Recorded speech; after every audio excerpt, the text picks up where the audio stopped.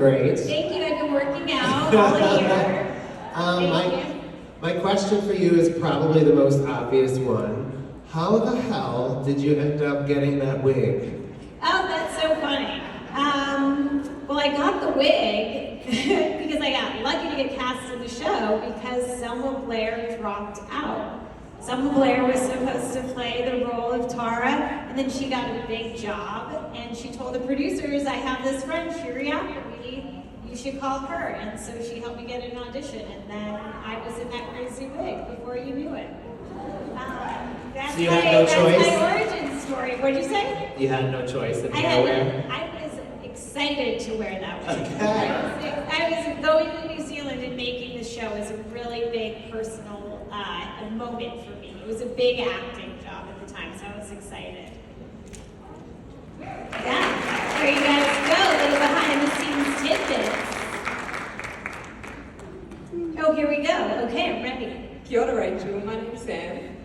Hi. Look, I want to stay on the wig. Can we talk more about the wig? Sure, let's talk about it all day. Okay, girlfriend. What was your honest to God first impression when you seen that? I don't even know if I had a first impression. I was taken with the whole thing. They had the whole look set. Yeah. And so it was just a matter of me putting the outfit on and putting the wig on, and then it seems like they had a lot of tanning makeup that happens on the show. I don't know, I felt powerful in the outfit. That I will say. Like I felt transformed and I became another person. Sick. Yeah. Man, what was I asked? How cool was it to come in and just like beat the hell out of Gabrielle in the first couple seconds? I do think that was cool. I remember it was a big scene and we got into a huge fight, and that was pretty incredible. And I would say Lucy and Renee, they were both such great role models to me, and they were so kind and warm and inviting. I remember the whole experience really fondly. Thank you. Thank you. Oh, thanks, guys. Thanks. Hi, Shiri. I'm Rain. Hi. Hi. I feel like I'm talking to Rachel right now. Oh, that's scary. And she's talking about, yes, go ahead. So I loved you in Xena, but I really felt like I connected to you in Unreal. Yeah. I loved the story that you told. I mean, I know you probably didn't write it, but there's Unreal and there's also Unprisoned that you directed. Yeah. And it feels like you're exploring like kind of an unlearning kind of thing. Like with Rachel, she had a toxic mom, and then she's kind of putting herself in the same situation as a producer. So, and then in Imprisoned, it feels like they're kind of unlearning this sort of pattern.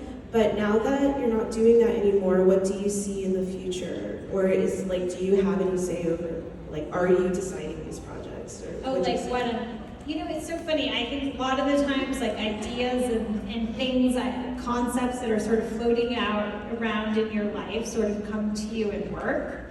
But being an actress and a director, I'm not really cultivating the material in a way that like a producer or a writer does. So a lot of the times, if there are similarities, maybe it's coincidence, or maybe it's because the work that I'm connecting to those messages and those themes. I would say generally my tone is a little bit more like When Harry Met Sally or like Sleepless in Seattle, things that are a little bit more rom-com and make you feel really warm and cozy and emotional. But I think it's interesting that those two shows that you're talking about, I agree, these characters are sort of having to regress and re-experience their childhood so that they can move forward. I don't feel that in my own life. I don't know why the similarities happen. That is true. Thank you. Thank you so much. Yeah, that was cool. Thanks.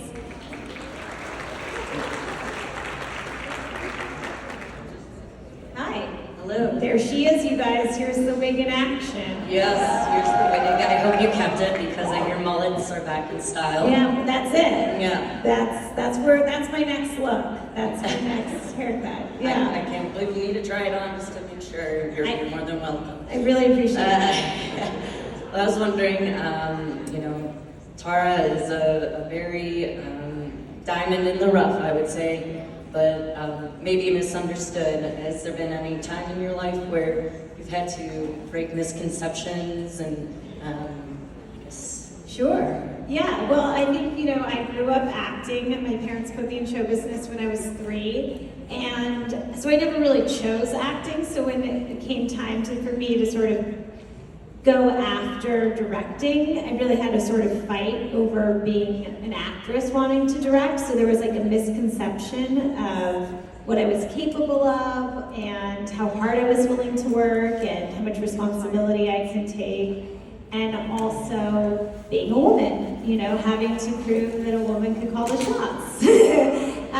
And we can. So I think there's like always sort of misconceptions floating around, and my whole thing is I'm gonna persevere anyways. You can tell me no, and I'm gonna figure out another way to get a yes. So that's kind of the place I operate from. Thank you. Thank you.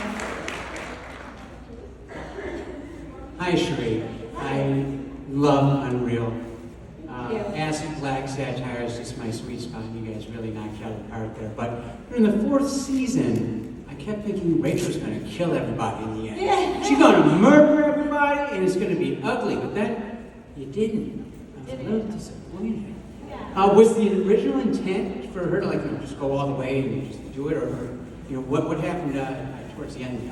Yeah, well, I'm not on the writing staff, so I sort of find the stories as the scripts unfold, but it feels like to me that the character did burn the whole thing down. Like the end of the 4th season, the series ends with her burning the mansion down. So she seems like a person that has to tear everything in her life apart before she can rebuild. So it seems like she had to knock that whole thing to the ground and burn it. So she could start over fresh and become hopefully a better human being. And move away from reality TV. Yes. Awesome, thank you. Thank you. Hi, I'm Heidi. Hi, Heidi. Hey, so Unreal, going back to that. Yeah. That has been like one of the best series I think ever out there. Wow. Because it was so real, right? So 2 questions. How real is it? Mm-hmm. Right? The story it was telling us how real is it? And then number 2 is how did you prepare for the character? Because it's just like gut-wrenching. Like, God dang, girl. Yeah, that's crazy. Thank you for bringing it up. I'm so happy to hear so many of you guys are seeing Unreal. Well, I don't think that on reality TV shows, the producers are forcing people to jump off the roof and kill themselves. I don't think it gets that bad, but I do think that there is a lot of manipulation and a lot of Frankensteining or cutting the footage together to make stories. The research I did, I had actually been on a reality show called Project Greenlight. Did anybody see that? It was like a show with Ben and Matt, my 2 good friends. And it was a reality show about the making of a movie. And then the movie came out. So I met with the people at Magical Elves, the production company, that made it, to ask them what it was like to make a reality show. And one of my questions was, do you feel bad about what you're doing to these contestants? Exactly, yeah. Right? Because that was my character's whole thing, was that she was really grasping with the guilt. Right. And they said that they do not feel guilty. That everyone that comes to be on a reality show is there to get something out of it, and they know what they're after when they're signing up, and they know what the environment is that they're agreeing to go into. So they don't feel bad about how they treat. How did you feel though? How did you feel? I just thought it was it was shocking to me to hear that, because that's not the place that I operate from. I operate from treat people with kindness, do unto others as you would do for you. But it was a great place to put a character's thought process into. Like, there are people out there that just don't care what somebody else is going through because they have a job to do. So it was a great point of view for me to use that, borrow that, take inspiration from it when building the character and allowing her not to care. You did amazing. Thank you so much. What a great question. I appreciate it. Thank you. Hi, you guys. You guys having fun? We having fun? Okay. Just want to make sure you're having fun. Here we go. Okay, next one. Hello there. Hi. I was just wondering, because well, obviously we don't know how things were happening when episodes were being proposed and stuff. After your first episode, which still having the Xena lightheartedness, but having quite a, sad undertone, quite, marginally serious, and then being sort of absent for a while, how exactly did it feel to be like, oh, we want you back, but we want you to Footloose parody, and it's going to be so absurd, and was it kind of like okay, yeah, sure, I'm doing that, and can you recall if there was any really, really fun sort of stories to be heard when filming that episode? So basically, well, when I got the episode of Xena, it was, like I said, a big deal to me because it was a big guest star. And I like to dance. And so a lot of the times when I would be standing on set, I'll just show you. So, you have your mark, right? And you're just like standing on your mark.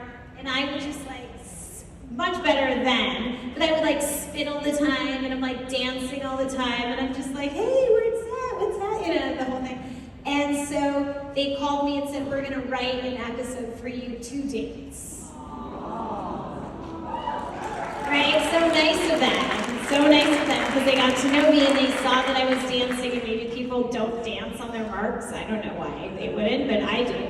And so I think them getting to know me and seeing what I naturally do, they decided to write that episode. And it was a really big opportunity to go back. I was 18 years old. I had just graduated high school, and this great big show was flying me across the world and paying me money and putting me in a hotel, and they had great pancakes.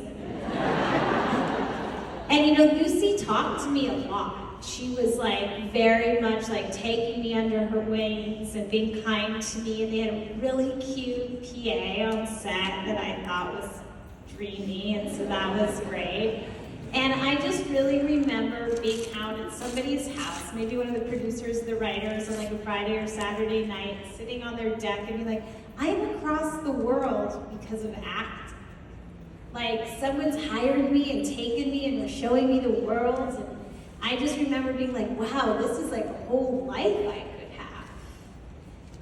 And so that's what this job really meant to me, was like I could build a career. If I work hard and I know how to do this and like I can see the world, and I don't know, it was a big deal for me. So, but anyways, the dancing thing was right in my wheelhouse. Yeah, it was a good, thank you. Hi. Oh, big mic problem.